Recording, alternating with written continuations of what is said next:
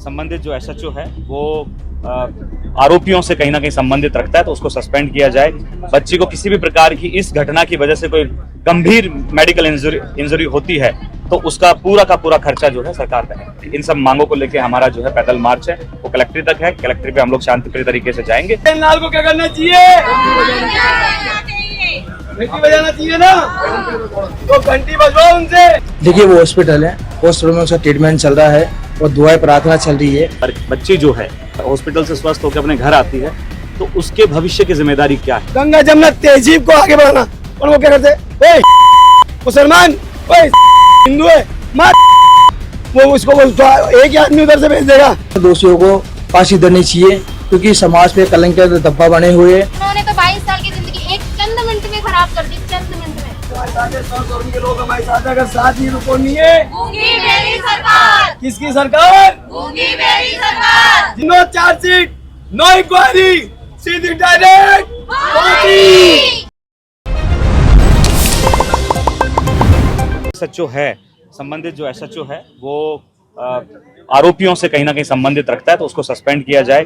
बच्ची को किसी भी प्रकार की इस घटना की वजह से कोई गंभीर मेडिकल इंजरी होती है तो उसका पूरा का पूरा खर्चा जो है सरकार वहन। इन सब मांगों को लेकर हमारा जो है पैदल मार्च है वो कलेक्ट्रेट तक है। कलेक्ट्रेट पे हम लोग शांतिप्रिय तरीके से जाएंगे और कलेक्टर साहब को ज्ञापन देंगे और उन पे निवेदन करेंगे कि आप जो है बच्ची के साथ न्याय करें। देखिए जयसिंहपुरा घौर थाने का एक मामला है।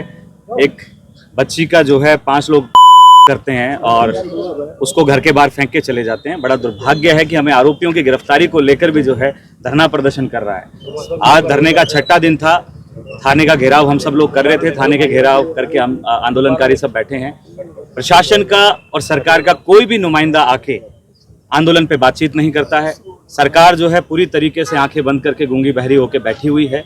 हमारी आज जो है पूरी धरने की यहाँ टीम आई, शहीद स्मारक पे आई है। हम सब लोग कलेक्टर साहब को जो है ज्ञापन देने के लिए जाएंगे, शांतिप्रिय तरीके से जाएंगे। शहीद स्मारक से लेकर हम लोग कलेक्ट्रेट तक जो है पैदल मार्च करेंगे। उसके बाद हम कलेक्टर साहब से मांगे करेंगे। हमारी कुछ प्रमुख मांगे हैं। जो पहली मांग यही है कि भाई बच्ची जो है कल को अपने घर से स्वस्थ होकर, हॉस्पिटल से स्वस्थ होकर अपने घर आती है तो उसके भविष्य की जिम्मेदारी क्या है? उसे बहुत तरह के समाज द्वारा सवाल पूछे जाएंगे। वो बच्ची कैसे अपने जीवन को यापन करेगी? इसके लिए सरकारी नौकरी की हमने मांग की है। उसकी सुरक्षा की मांग भी हमने की है क्योंकि हम लोग देखते हैं कि आरोपी कभी जेल से छूट के आते हैं या उनके कोई परिचित आके उनके घर पे जो है किसी भी तरीके का हमला बोल देते हैं। तो हमारी यह भी मांग है कि बच्ची को जो है और उसके परिवार को सुरक्षा दी जाए। इसके साथ साथ इस घटना के तहत किसी भी प्रकार की कोई मेडिकल इंजरी होती है या कोई लंबी बीमारी होती है तो उसका जो भी खर्चा हो वो पूरा का पूरा जो है सरकार वहन करे। इसके साथ साथ हम परिवार के लिए आर्थिक मुआवजे की भी मांग करते हैं कि जिसकी राशि करीब 1 करोड़ रुपए की है। सरकार 1 करोड़ रुपए की राशि परिवारजनों को सहायता के रूप में दे। इन सभी मांगों को लेके है जो हम लोग कलेक्टर साहब को भी ज्ञापन देंगे और हमारा शांतिप्रिय पैदल मार्च होगा। तो ये कितने टाइम से ये धरना आपका हो रहा है ये चीज में? देखिए आज 6ठा दिन है। जम्मू और रामगढ़ में जो घटना हुई है इसी राजस्थान में उसका मैसेज है। जिस प्रकार से आप देखते हैं जम्मू रामगढ़ में जो एक दलित बेटी के साथ में जो ये रेप की घटना हुई है ये हम सभी को दर्द है और इसके लगातार 6ठा दिन है। और आज शहीद स्मारक से लेकर और कलेक्टर तो पैदल यात्रा करी गई है और कलेक्टर को हमने ज्ञापन दिया है कि दोषियों को सजा होए और डिमांड रखी है कि लड़की के घर वालों को या लड़की को अच्छी सुविधा दी जाए, 1 करोड़ रुपए दी जाए और गवर्नमेंट नौकरी दी जाए। अभी तक जिन्हें गुनहगार को पकड़ा गया है तो उनकी तरफ से आपका क्या कहना है? उनकी तरफ से मेरा ये कहना है कि ऐसे दोषियों को फांसी देनी चाहिए क्योंकि समाज पे कलंक के धब्बा बने हुए हैं। ऐसे लोग घटनाएं रोज राजस्थान में हो रही है और हमारी सबकी ये मांग है कि घटनाओं को कम करें। सरकार को हम ये संज्ञान में लाना चाहते हैं कि उनको दोषियों को इतनी सजा दी जाए कि वो सोच भी नहीं सकते। पुलिस प्रशासन का अभी क्या वो चल रहा है उन पर? देखिए पुलिस प्रशासन अपनी कार्रवाई कर रही है। पुलिस प्रशासन को उनको जेल में लाके कोर्ट के ब्रेक कर चुके हैं और सरकार के ऊपर डिपेंड है कि वो उनको कितनी सजा देती है। कितने गुनहगार पकड़े गए? देखो अभी तक 4 से 5 लोग थे जिसमें से लगभग सारे आ चुके हैं और की तलाश है और जिसके पास रंजिश है वो भी चली जा रही है और ये सरकार के ऊपर ही डिपेंड है कि आगे देखते क्या करते हैं। जो दलित बच्ची है तो उसका क्या है, वो है कहाँ पे? देखिए वो हॉस्पिटल है, हॉस्पिटल में उसका ट्रीटमेंट चल रहा है और दुआएं प्रार्थना चल रही है और हमारी संवेदना उनके साथ है, बच्ची के साथ, उसके घर वालों के साथ है कि वो जल्द से जल्द ठीक होगा, हमारे बीच में आए। तो हम किसके ऊपर विश्वास करके पढ़ाई करें? हमारे ऊपर भी खतरा मंडरा रहा है। जब तक उन लोगों को कड़ी से कड़ी सजा नहीं मिलेगी, हमारी शांतना नहीं मिलेगी। एक लड़की पे खतरा, हर एक भाई बहनों पे खतरा है, हर एक बहनों पे खतरा है। हम कैसे शांत बैठे? उन्होंने तो 22 साल की जिंदगी एक चंद मिनट में खराब कर दी, चंद मिनट में। हमारे साथ है 100 करोड़ के लोग हमारे साथ, अगर साथ नहीं तो कौन नहीं है? गूंगी मेरी सरकार, किसकी सरकार? गूंगी मेरी सरकार, जिसको ना दिख रहा है ना ना सुन सुना रहा गया है, है ना बोल रही है। तो ऐसी सरकार को, हटा दो, ऐसी सरकार को हटा दो, गूंगे बेलों को कहाँ भेजना है? हटा दो। अरे भाई, पंडित और मुल्ला को कहाँ जाना चाहिए? मंदिर मस्जिद। उनको सत्ता थोड़ी संभालना चाहिए। भजन लाल को क्या करना चाहिए? घंटी बजाना चाहिए ना। तो घंटी बजवाओ उनसे। और वो दूसरे एक और माननीय आदरणीय विधायक महोदय अमेर के क्या नाम है उनका? वो काहे की राजनीति करते हैं? हिंदू, मुस्लिम, सिख, ईसाई बीड़ी पी रहा है, पान थूक रहा है। अरे शोभा देता है क्या आपको? अरे शोभा तो तब देता एक गरीब की बेटी को इंसाफ दिलाते, इन हत्यारों को। जो कानून हुआ है 90 दिन वाला, तुरंत प्रभाव से नो चार्जशीट, नो इंक्वायरी, सीधी डायरेक्ट फांसी। तब मानते क्या आप वाकई में नेतागिरी कर रहे हैं। तो क्यों उनको किताबों में उलझा रहे हो ऐसे गुंडे राजों को? राजस्थान की यूनिवर्सिटी के अंदर जिन्होंने आतंक मचाया और आज भाई भाई को लड़ा रहे हैं, जातिवाद पे लड़ा रहे हैं, धर्मों पे लड़ा रहे हैं। नेता का काम है जनता को राहत देना, क्षेत्र में विकास कराना, देश को आगे बढ़ाना, देश की संतरिक को आगे बढ़ाना, गंगा जमुना तहजीब को आगे बढ़ाना। पर वो क्या करते? ओए मुसलमान, ओए हिंदू है, मत। वो उसको एक ही आदमी उधर से भेज देगा, तू मुसलमान बन जा थोड़ी देर के लिए, तू इसको भड़का। ऐसे नेताओं को क्या दिखाना है? रास्ता। सभी से हाथ जोड़ के अनुरोध करूंगा, ये जो मंच है वो इंसानियत का है, 36 कौमों का है, सर्व धर्म का है।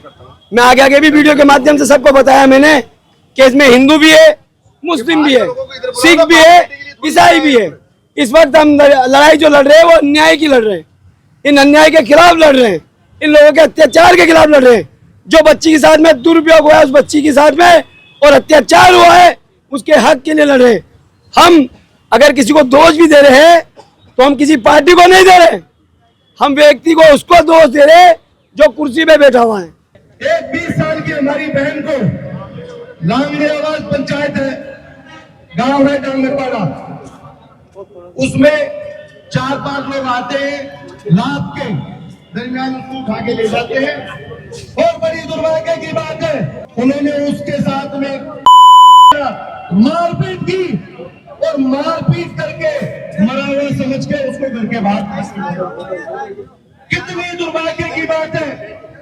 एक हादसा हुआ था निर्भया कांड दिल्ली के अंदर, और दूसरा का हादसा हुआ है हमारी बहन के साथ।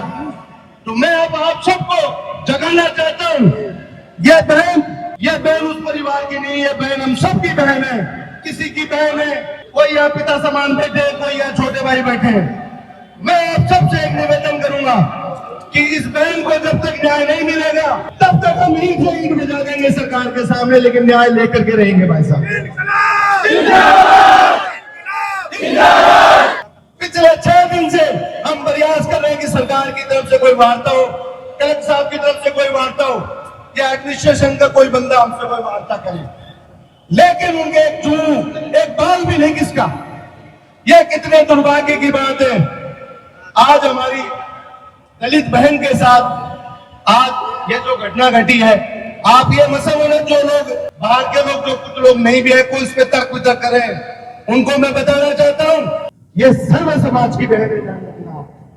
और इसके लिए यहाँ मंच में जितने भी लोग यहाँ धरने पे बैठे हैं, इसमें सर्व समाज के लोग बैठे हुए हैं। ये जो लोग 4 लोगों को पुलिस ने डिटेन कर लिया है वर्तमान के अंदर, कुछ हमारी मांगे ये है कि कुछ लोगों के और किरदार है इसके अंदर, अन्य लोग और हैं, 7 लोग इस घटना में शामिल हैं। 7 दिन से वो हमारी बहन SMS अस्पताल में भर्ती है और जिंदगी मौत से लड़ रही है। दुर्भाग्य की बात यह है, ये पर्ची की सरकार एक बहन की सुरक्षा की बात करती है। इस पर्ची की सरकार ये बहन माँ बहनों की सुरक्षा की बात करती है। आज वो पर्ची की सरकार कहाँ चली गई? आज एक बहन के लिए हमें न्याय के लिए लड़ना पड़ रहा है और प्रशासन में दबाव का बनाया तो उसी दिन शाम को 2 लोगों को और गिरफ्तार किया गया। तो मेरा कहने का मतलब ये है कि जब तक न्याय नहीं मिलेगा पीड़ित परिवार को तब तक हम लोगों को इसी तरह एकता दिखानी है। बोले एक बार पर्ची सरकार मुर्दाबाद। सभी को नमस्कार। आज हमारे धरने का 6वां दिन है और हम सब ये चाहते थे कि जयपुर में हमारी बात सुनी जाए। इसको लेके कल हमने पैदल मार्च की घोषणा की थी और आज उस पैदल मार्च में शामिल होने के लिए आप सभी लोग पधारेंगे। सबसे पहले तो आपके संघर्ष को धन्यवाद देता हूँ कि आप उस बेटी को न्याय दिलाने के लिए आए हो। दलित परिवार से आती है, गरीब परिवार से आती है। सरकार कोई बात सुनने को तैयार नहीं है।